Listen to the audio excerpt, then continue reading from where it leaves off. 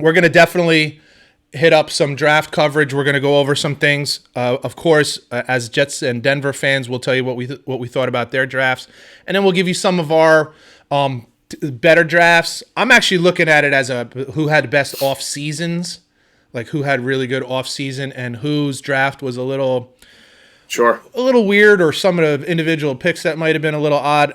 I didn't think anybody was just a total disaster. We've had some of those, and often it's the Jets. But I don't think there was any of those. So we'll get to that. But we're going to start off with, the biggest story that basically broke as the draft was about to take off. I'm sure the NFL was thrilled about this shit. Aaron Rodgers, I'm assuming through his agent, kind of got it out there. It was leaked. Adam Schefter, whatever. Right? So Schefter's on Dan Patrick today, and Dan's like, so obviously you're not going to tell me your source, but why did you feel like you had to break it on draft day? Like, did you learn it that morning? And Schefter says to him dead honestly and goes, oh no, I knew this all year. I just felt like it was a good time to do it. Like, I don't know, like if he heard someone else was going to jump him on the story or start. So it was the weirdest timing on it. But I tell you, this is a Schefter invention? Not invention. It made the afternoon pretty damn exciting. I'll tell you that much. What a dick. I like him personally. Well, in a way, okay, so basically what happened is Aaron Rodgers comes out, word gets out, I guess we'll say, and Schefter releases that Aaron Rodgers will not play again for Green Bay, right? Like, that's unhappy with management, unhappy with the GM specifically. It's the GM, yeah. Unhappy with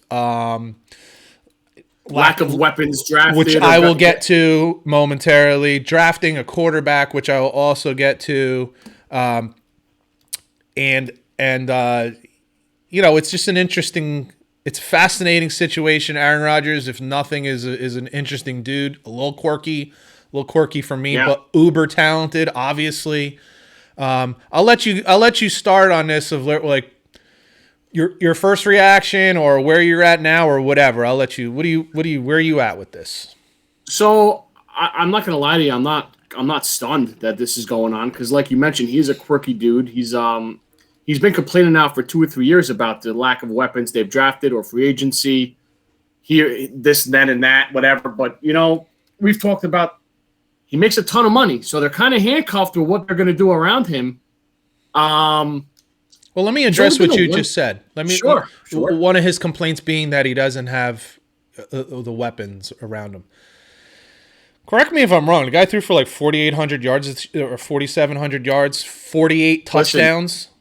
This is coming from his mouth, not mine. Well, I'm just saying. I'm just saying if you're Green Bay, if you're Green Bay and you're like, dude, you're league MVP. You threw for 4,700 yards and 48 touchdowns. You led the league in touchdown passes.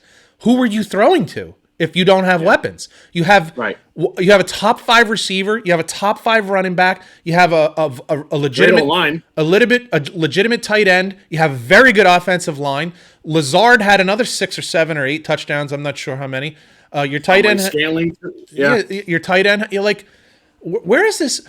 Are you just upset that those guys weren't picked in the first round, or do you actually think you don't have weapons? Because if I'm those guys, I'm actually like, dude, what the fuck is wrong with you? Like, I'm a weapon.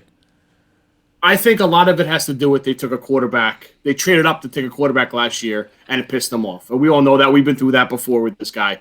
However, go ahead. A little fire up his ass because he won MVP. Well, there's that. And, oh, by the way, let's just go back in recent history. There was another quarterback drafted late in the first round who was drafted to a team whose quarterback just had a career year.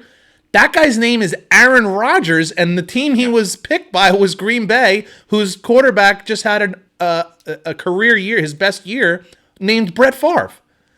And I mention that because of all the guys in this league that should be able to accept and understand that their team is willing to draft a quarterback but also be patient and sit him, it should be Aaron Rodgers because he himself sat for 3 years. And if what's his name, Jordan Love? Yeah. If Jordan Love sits for 3 years, just like Aaron Rodgers did, Aaron Rodgers will be 40 years old. And his contract will be up and he'll be able to go anywhere he wants. I'm sorry. I have no sympathy for this whatsoever. And I don't want to hear he sees Tom Brady getting what he wants. Go take a $12 million salary like Tom Brady then. Yeah. Yep. You know what I'm saying? Sure. So, listen, if you remember a few months ago, I mentioned I'm almost always, excuse me, going to come from the angle of what's best for the fans. And I heard today a report that there was a minor league baseball game somewhere in Wisconsin, and Aaron Rodgers' picture came up on the big screen, and they booed the crap out of him. And they booed the living hell out of him. Dude, these people, you forget who pays your salary. You think your team pays your salary. Your team doesn't pay your salary. Those fans pay your salary. Those people who buy the jerseys, the tickets, the beer, that's who pays your salary. And you're screwing them right now. Is the booing and frustration coming from a point where how can you do this to us? We've given you everything that, or the fact maybe that he isn't, listen, only one Super Bowl appearance, how talented he has been and great. A lot of losses in the championship round. And again, we all thought that they were going to blow the doors off Tampa Bay this year at home. And they should have beat him. Barely, making dumb decisions. So I'm going to ask you a question. Well, go ahead. All right. I'm going to ask you a question, but I think you just hit on it. Is it the blame on him or the blame on the Packers organization? So I fully recognize and acknowledge and agree that they should have done a better job of, if and when they were going to draft Jordan Love, either just before or immediately after. They should have contacted. Now, we assume that they didn't do this. Okay, we assume. I don't know that they didn't do this, but we assume that they didn't do this because that seems to be Aaron Rodgers' problem. But if they didn't, they should have contacted him and said, dude, you're our guy, but, just like we did with you, we're going to bring this guy in and we're going to be super patient with him. We're in no rush. We gave you we gave you a monster contract because we want you here. And if they didn't do that, then shame on them. They should have done that. But dude, you're Aaron Rodgers. Are you really threatened by a rookie quarterback out of Nevada? And if you are, then you're a child. You're a baby. Is it Nevada or Utah State? Where do you go? It might have been Utah State. You might be right about that. But whatever. Either one. Blue and gray and out west, whatever. I just think, again, you were the one. Go ahead.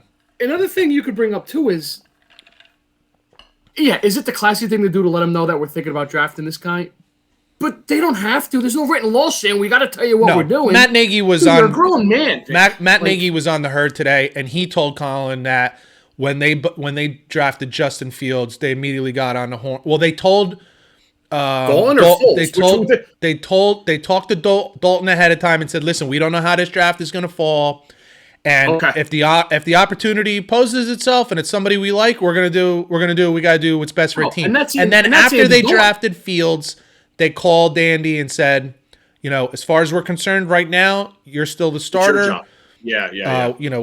So they communicated with him. And I think if Green Bay didn't do that, then shame on them.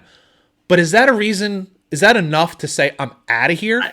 There's got to be more there. That's why I said. Terry Bradshaw came out this week and said that he thinks Aaron Rodgers is weak. This shows that Aaron Rodgers is weak. I don't think it shows that he's weak. I think it's actually a power play on Aaron Rodgers' part, so I don't think it's weak. But I do think it shows that he's a baby.